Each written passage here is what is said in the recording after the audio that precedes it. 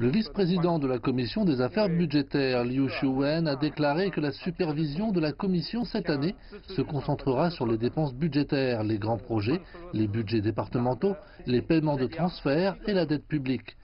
Par ailleurs, le vice-président du comité économique et financier Yin Zhongxin a évoqué les progrès de la réforme de l'offre en Chine.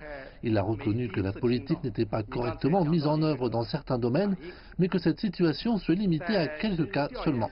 Yin Zhongxin a déclaré que l'enquête de son comité est terminée dans un rapport basé sur des entretiens avec des entreprises impliquées dans les réformes.